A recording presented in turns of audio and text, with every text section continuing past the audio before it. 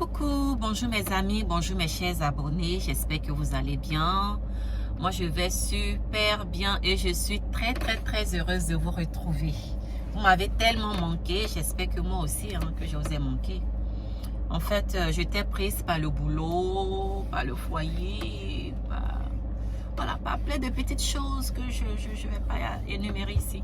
Mais en tout cas, j'étais prise et vous savez les amis, le boulot d'abord. Le travail d'abord. Donc, voilà. Donc, je voudrais donner ma position sur l'affaire Razak.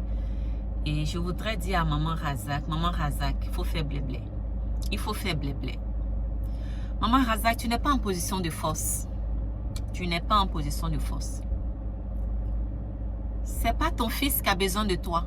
C'est toi qui as besoin de ton fils. Donc, tu n'es pas du tout en position de force. C'est pour cela que je te demande de faire blé-blé. Maman, tu as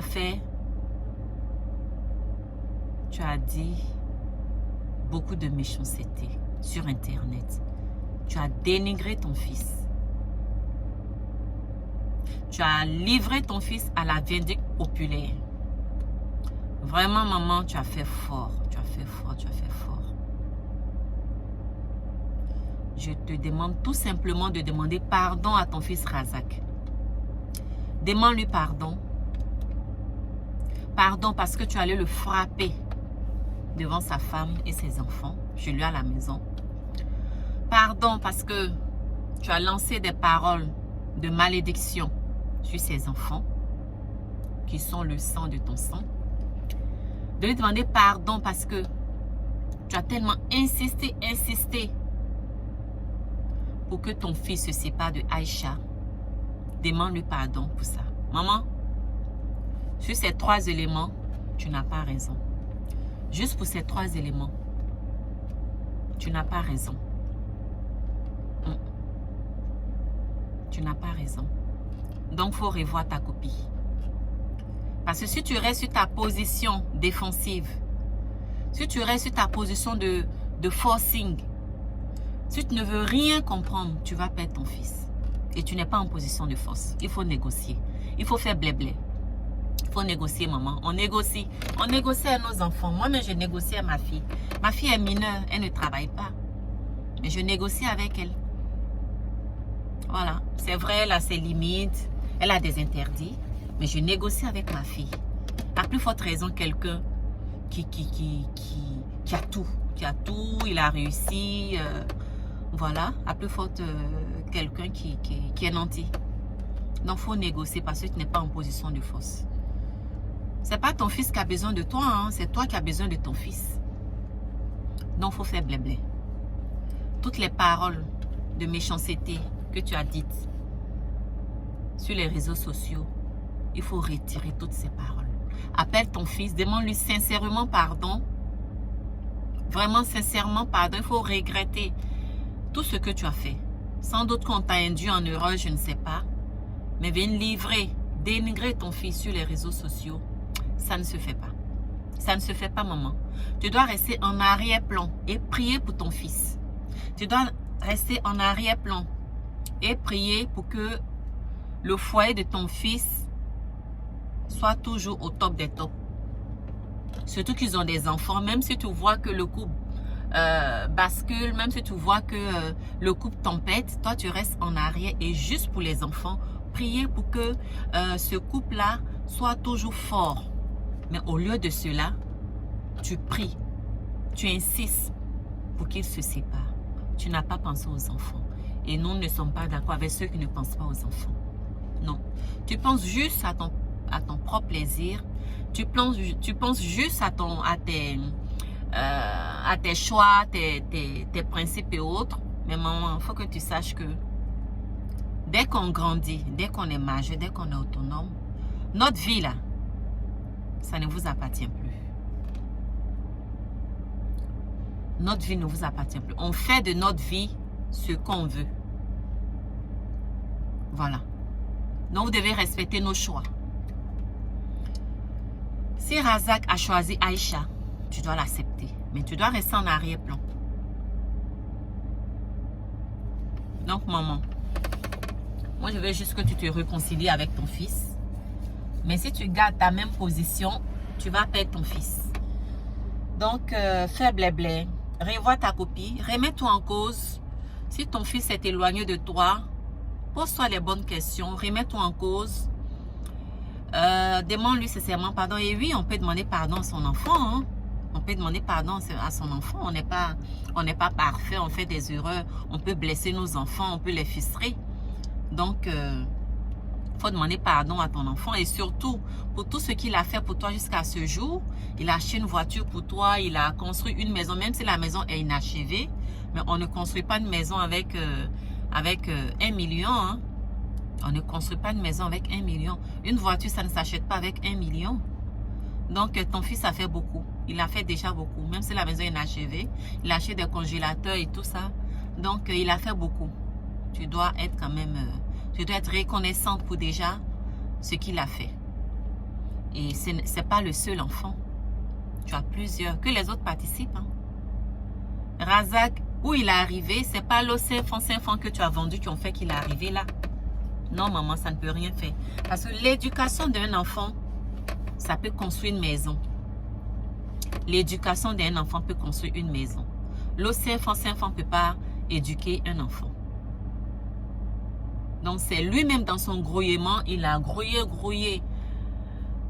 Voilà, tapé à toutes les portes. Jusqu'à ce qu'il soit ce qu'il est. Donc, maman, il faut faire blé-blé. Tu n'es pas en position de force. Razak, il doit beaucoup à Youssouf. Comme tu l'as dit dans tes vidéos, il doit beaucoup à Youssouf. Non, ce n'est pas que à toi. Aussi, je voudrais revenir sur le fait que nos parents africains, ils font beaucoup d'enfants. Et le seul qui arrive à s'en sortir, vous voulez que ce seul-là puisse s'occuper de tout le monde que vous avez fait. Sincèrement, je ne suis pas d'accord. Non, je ne suis pas d'accord pour ça. Avant de rentrer dans les détails, je voudrais dire merci à mes 2 mamans qui ont permis que je puisse avoir une bonne éducation. Ma tante Salmata, qui n'est plus de ce monde, paix à son âme, et à ma tante Clémentine. Ce sont des sœurs, cousines à ma mère, et ce sont elles qui ont participé à mon éducation. Et moi-même, avec la rage de vouloir réussir, j'ai aussi grouillé fortement pour être là où je suis. Mais en même temps, ces femmes-là, elles n'étaient pas obligées. Elles n'étaient pas obligées de prendre l'enfant de leur sœur et de l'élever. Donc, je m'adresse à vous les femmes, à vous les parents. Vous faites des enfants, vous faites de nombreux enfants. Et puis, vous comptez sur vos sœurs et frères pour les élever, là. Ce temps-là est passé, hein. Ce temps-là est passé. Donc, si toi, tu décides de faire plusieurs enfants, il faut compter sur toi-même. J'entends des parents qui disent,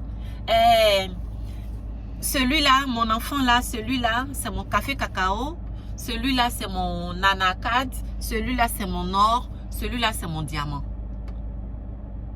Donc, toi, tu comptes sur ton enfant pour prendre ta retraite. Tu comptes sur ton enfant pour préparer ta retraite. Arrêtez de réfléchir comme ça, les parents africains. Arrêtez de réfléchir comme ça. Vous mettez une pression énorme sur les enfants pour que finalement les enfants se perdent. Il faut que je réussisse pour m'occuper de ma mère. Il faut que je réussisse pour m'occuper de mon père. C'est pas comme ça. Si l'enfant réussit, c'est d'abord pour s'occuper de lui-même en premier. Pour s'occuper de sa femme, pour s'occuper de son mari, pour s'occuper de ses enfants. Donc quand vous faites vos enfants, inculquez-leur, dites-leur que si tu réussis là, c'est pour toi-même. Mais si tu réussis, c'est pas pour moi ta mère. C'est ce que vous devez leur dire. Mais au lieu de cela, il faut réussir, tu vas t'occuper de tes frères et sœurs. Il faut t'occuper de ceci. Mais attendez, en faisant ça, ça appauvrit les bonnes personnes qui veulent bien aider. Mais ça appauvrit. C'est pas mauvais de le faire. C'est pas mauvais de s'occuper de l'enfant de son frère, de l'enfant de sa sœur. Puisque moi-même, je suis une preuve palpable. Mais sincèrement, ça appauvrit. Donc, je vous demande, Africains, arrêtez de faire des enfants pour compter sur un seul.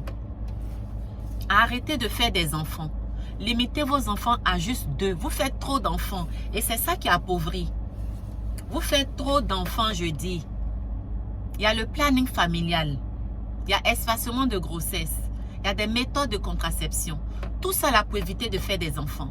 Mais vous êtes là, vous faites.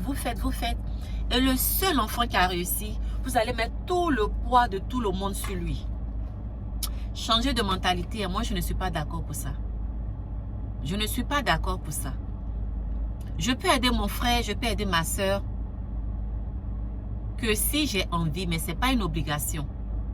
Que si je veux, mais ce n'est pas une obligation. Que si j'ai les moyens, mais ce n'est pas une obligation. Donc de là à dire oui, tu t'occupes pas de tes frères et sœurs, tu t'occupes, même s'occuper de son père et de sa mère, ce n'est pas non plus une obligation. On ne mettra pas quelqu'un en prison parce qu'il ne s'est pas occupé de son père, parce qu'il ne s'est pas occupé de sa mère, non. Mais c'est un devoir. On le fait par devoir. Donc les parents,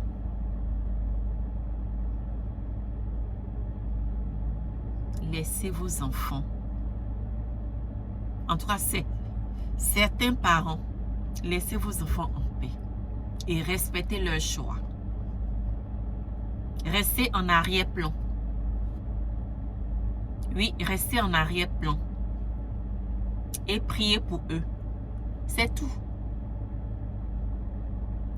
Donc, c'est vraiment ma petite part, ma petite contribution. Je demande juste à la mère de Razak de revenir à de meilleurs sentiments, de faire blé-blé, de demander pardon à son fils.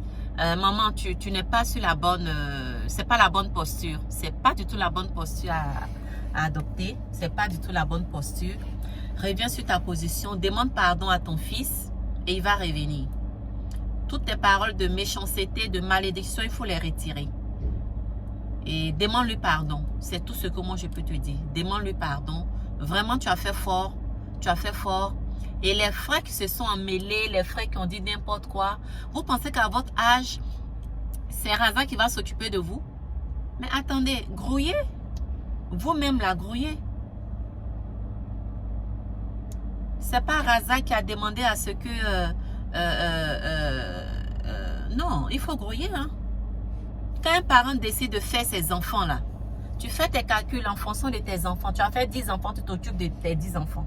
Ne compte pas sur un de tes frères, un de tes fils qui a reçu pour s'occuper de tout ce monde-là. Donc, moi, je ne suis pas d'accord pour ça. Ce n'est pas une obligation. Je le fais si je peux. Mais dis oui, tes autres frères ne sont pas arrivés quelque part, il faut s'occuper d'eux là. Là, je ne suis pas pour cela.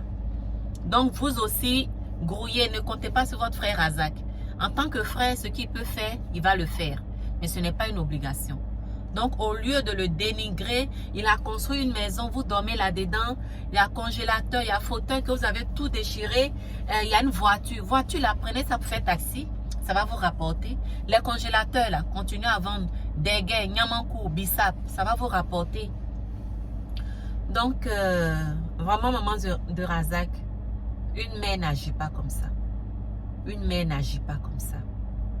Tu dois respecter le choix de ton fils. Si ton fils dit, maman, je ne veux plus être musulman pour être chrétien, tu dois respecter ce choix-là. Tu comprends, maman? Tu dois respecter ce choix. Il n'est plus un enfant. Donc, respecte son choix, respecte sa femme, respecte ses enfants et reste en arrière-plan. C'est ma petite contribution. Je vous prie de partager, de liker, de commenter. Et voilà, nous voulons juste la paix entre mère et fils. Qu'on le veuille ou pas, c'est la mère, c'est le fils. Ils sont amenés à s'entendre, ils sont amenés à se retrouver. Donc maman, tu n'es pas en position de force. Demande pardon à ton fils et il va revenir. Et surtout, respecte ses choix. Tu n'as rien à dire sur ses choix. Respecte ses choix. Et tu verras que tout ira pour le mieux. Donc, merci. Bonne journée. Là, je reprends dans 10 petites minutes. Et merci mes amis de liker, de partager, de commenter et de vous abonner surtout. Je vous aime, je vous aime, je vous aime, je vous aime.